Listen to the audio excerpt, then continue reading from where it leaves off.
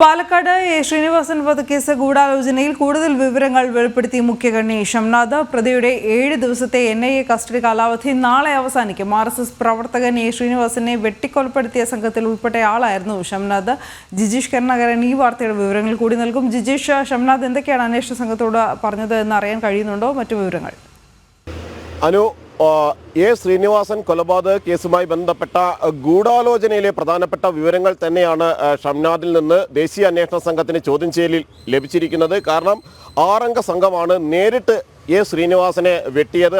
ആക്രമിച്ച സംഘത്തിൽ മാരകായുധങ്ങളുമായി ആക്രമിച്ച സംഘത്തിലുണ്ടായിരുന്നത് ഈ 6 പേരിൽ ഒരാളായിരുന്നു ഷംനാഥ്. അതുകൊണ്ട് തന്നെ മറ്റ് ആളുകളെക്കുറിച്ചുള്ള വിവരങ്ങൾ കൃത്യമായി തന്നെ ഷംനാഥിന് അറിയാം. ഇതിൻ്റെ ഗൂഢാലോചനകളിലെല്ലാം തന്നെ ആദ്യാവസാനം പങ്കാളിയായിട്ടുള്ള ഒരാളാണ് ഷംനാഥ്. മറ്റ് 4 പേർ നേരത്തെ പിടിയിലായിട്ടുണ്ട്. അങ്ങനെ 5 പേരാണ് നേരിട്ട് ഈ കൃത്യത്തിൽ പങ്കെടുത്തത് അല്ലെങ്കിൽ ശ്രീനിവാസനെ വെട്ടിക്കൊലപ്പെടുത്തിയത്.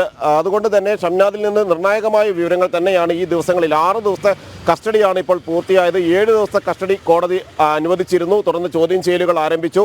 ആ ചോദ്യം ചെയ്യലുകൾ അവസാനിക്കുമ്പോൾ നാളെ കസ്റ്റഡി കാലാവധി അവസാനിക്കാനിരിക്കെയാണ് ഗൂഢാലോചനയിൽ പങ്കാളികളായ മറ്റു ചില PFI ഭീകരവാദി നേതാക്കളെക്കുറിച്ചുള്ള വിവരങ്ങൾ കൂടി ഷംനാഥിൽ നിന്ന് ലഭിച്ചിരിക്കുന്നത്. അത്തരത്തിൽ പ്രധാനമായും PFI ഭീകരവാദ ഗ്രൂപ്പുകളുടെ PFI ഭീകരവാദി സംഘടനയുടെ നിരോധനത്തിലേക്ക് തന്നെ നയിച്ച ഒരു അരിങ്കൊലയായിരുന്നു RSS പ്രവർത്തകനായ പാലക്കാട്ടെ ശ്രീനിവാസന്റെ കൊലപാതകം എന്ന് പറയുന്നത്.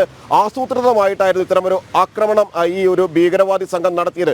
അവിടെ കൃത്യമായി തന്നെ സമാധാന അന്തരീക്ഷം തകർക്കുക, സാമുദായിക സൗഹൃദ അന്തരീക്ഷം തകർക്കുക, രാജ്യവിരുദ്ധ പ്രവർത്തനങ്ങൾക്ക് തുടക്കമിടുക തുടങ്ങിയ ലക്ഷ്യങ്ങളോടുകൂടി തന്നെയായിരുന്നു ഇത്തരത്തിലുള്ള ഒരു ഗൂഢാലോചന ഈ ഒരു സംഘം നടത്തുകയും ചെയ്തത്. അതിനുശേഷം ശ്രീനിവാസനെ ഇത്തരത്തിൽ കൊലപ്പെടുത്തുകയും ചെയ്യുന്നത്. അങ്ങനെയാണ് ദേശീയ അന്വേഷണ ഏജൻസി ഇതുമായി ബന്ധപ്പെട്ട് UAPA ആക്ട് ചുമത്തുന്നതും വിശദമായ അന്വേഷണം നടത്തുകയും PFIയുടെ നിരോധന കേസും ഒപ്പം തന്നെ ശ്രീനിവാസൻ വധക്കേസും ഒരുമിച്ച് ഒരു കേസായി അന്വേഷണം മുന്നോട്ട് കൊണ്ടുപോവുകയും എല്ലാം ചെയ്തത്.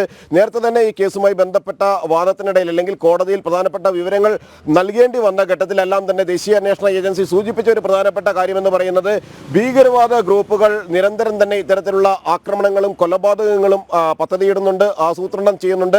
ദേശീയ സംഘടനകളുടെ നേതാക്കളെയും പ്രവർത്തകരെയുമാണ് ഇത്തരം ലക്ഷ്യം വയ്ക്കുന്നത്. അത്തരത്തിലുള്ള ഒരു കൊലപാതകം തന്നെയായിരുന്നു ശ്രീനിവാസന്റെ മൃഗീയമായി കൊലപ്പെടുത്തിയ സംഭവം എന്ന് പറയുന്നത്. 2022 ഏപ്രിൽ 16 ശ്രീനിവാസനെ ഈ ഷംനാഥ് അടക്കമുള്ള സംഘം വെട്ടിക്കൊലപ്പെടുത്തുകയും ചെയ്യുന്നത്. അതിനു മുമ്പ് നേതാക്കളുടെ ഒരു ഗൂഢാലോചന ഇതിന് പിന്നിൽ നടന്നു എന്ന് തന്നെയാണ് ഈ ഘട്ടത്തിൽ വ്യക്തമാകുന്നത്. ശരി ജിജീഷ്.